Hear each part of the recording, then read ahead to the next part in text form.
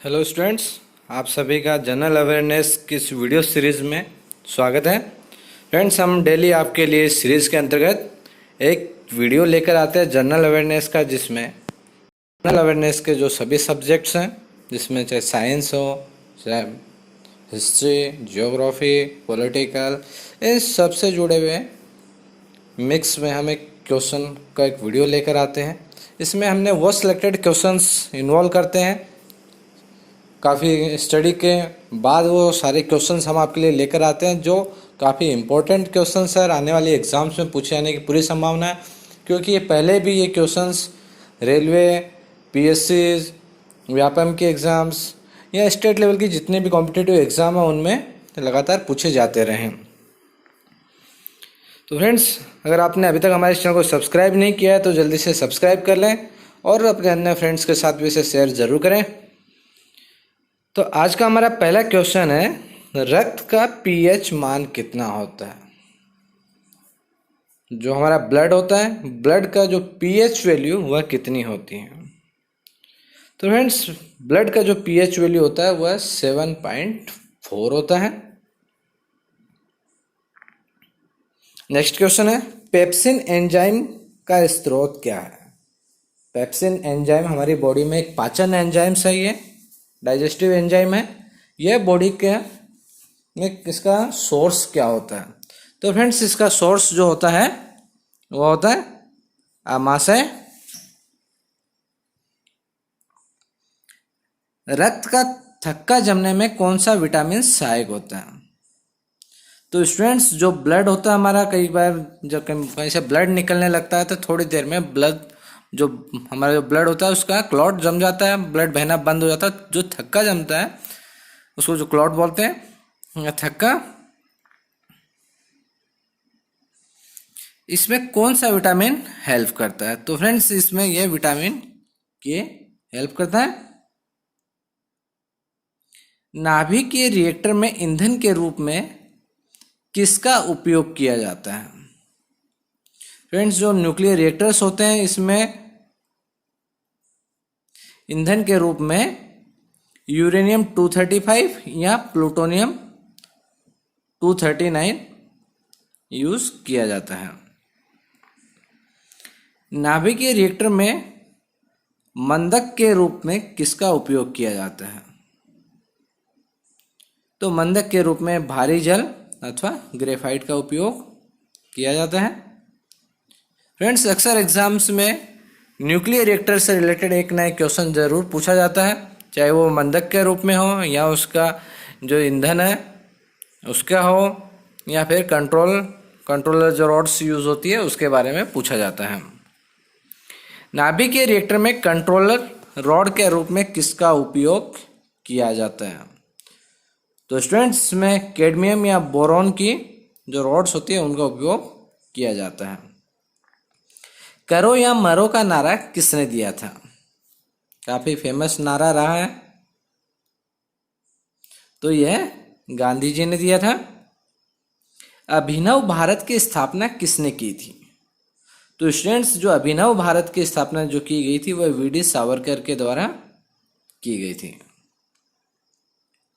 Radium की खोज किसने की थी। तो ये रेडियम की खोज मैडम क्यूरी के द्वारा की गई थी।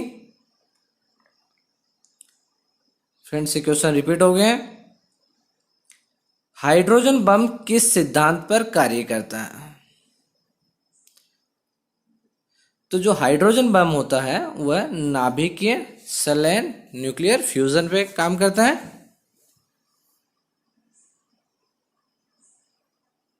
ठीक है। और एटॉमिक बम किस पे करता है, नाभिकीय विखंडन पर। कर्क रेखा भारत के कितने राज्यों से गुजरती है। तो फ्रेंड्स, जो कर्क रेखा है वह भारत के 8 राज्यों से गुजरती है। ऊर्जा एनर्जी का यूनिट क्या होती है, मात्रक क्या होता है। तो एनर्जी का जो यूनिट है मात्रक का वो होता है जूल। भारत की प्रथम महिला राष्ट्रपति कौन थी। तो स्टूडेंट्स, जो भारत की फर्स्ट वुमेन प्रेसिडेंट जो थी वह थी श्रीमती प्रतिभा पाटिल। राज्यसभा का सभापति कौन होता है? फ्रेंड्स, कई बार ये क्वेश्चन पूछा गया है और ऑप्शंस ऐसे रहते हैं कि उसको देखकर इजीली लोग कंफ्यूज्ड हो जाते हैं। तो राज्यसभा का जो सभापति होता है वह होता है उपराष्ट्रपति।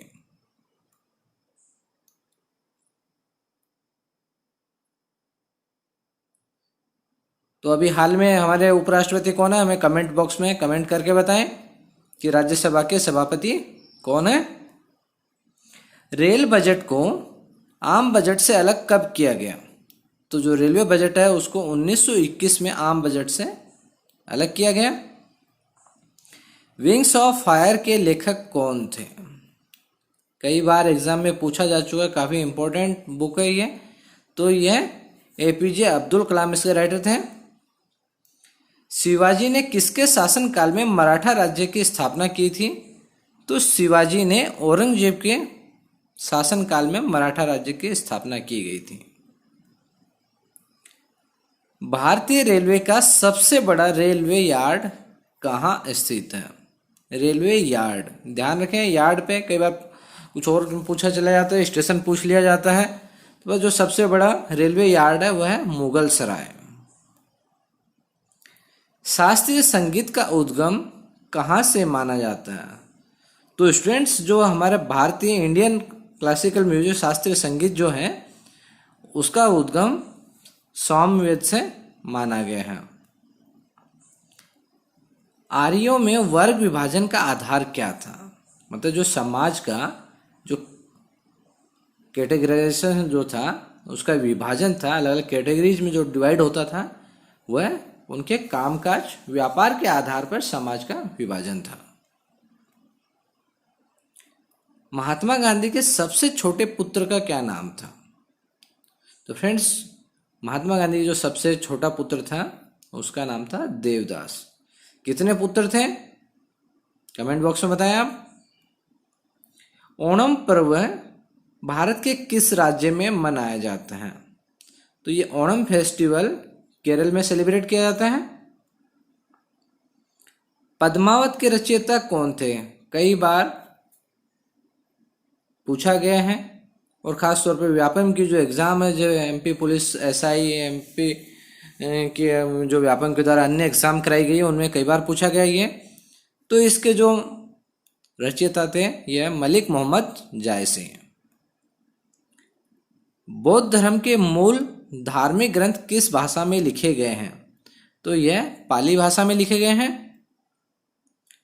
समस्थानिक आइसोटोप क्या होते हैं?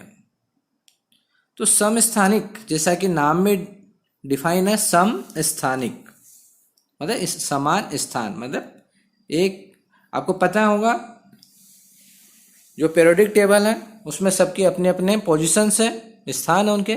तो सम स्थान मतलब एक स्थान। तो स्थान किस आधार पर दिया जाता है? उनके एटॉमिक नंबर के आधार पर। तो मतलब उनके एटॉमिक नंबर सेम है। समस्थानिक मतलब ऐसे एलिमेंट्स जिनका एटॉमिक नंबर तो समान होगा पर उनका जो एटॉमिक मास है वह डिफरेंट होगा। भारत कोकिला किसे कहा जाता है? तो भारत कोकिला सरोजिनी नायडू को कहा जाता है। किसी तत्व का, किसी एलिमेंट का सबसे छोटा कण पार्टिकल क्या होता है? तो वह सबसे छोटा परमाणु एटम होता है। विजय स्तंभ कहाँ स्थित है?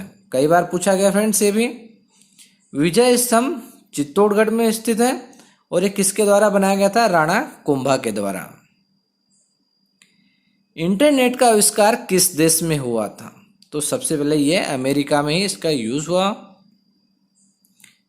घूमर किस राज्य का लोक नृत्य है? तो घूमर यह राजस्थान का लोक नृत्य है। कथकली कहाँ का नृत्य है? कथकली केरल का है। कथक किस राज्य से संबंधित है? फ्रेंड्स, कथक और कथकली में अक्सर लोग कंफ्यूज होते हैं और रॉन्ग आंसर मार्क करते हैं। तो जो कथक है वह उत्तर प्रदेश से संबंधित है और कथकली जो है वह केरल से है।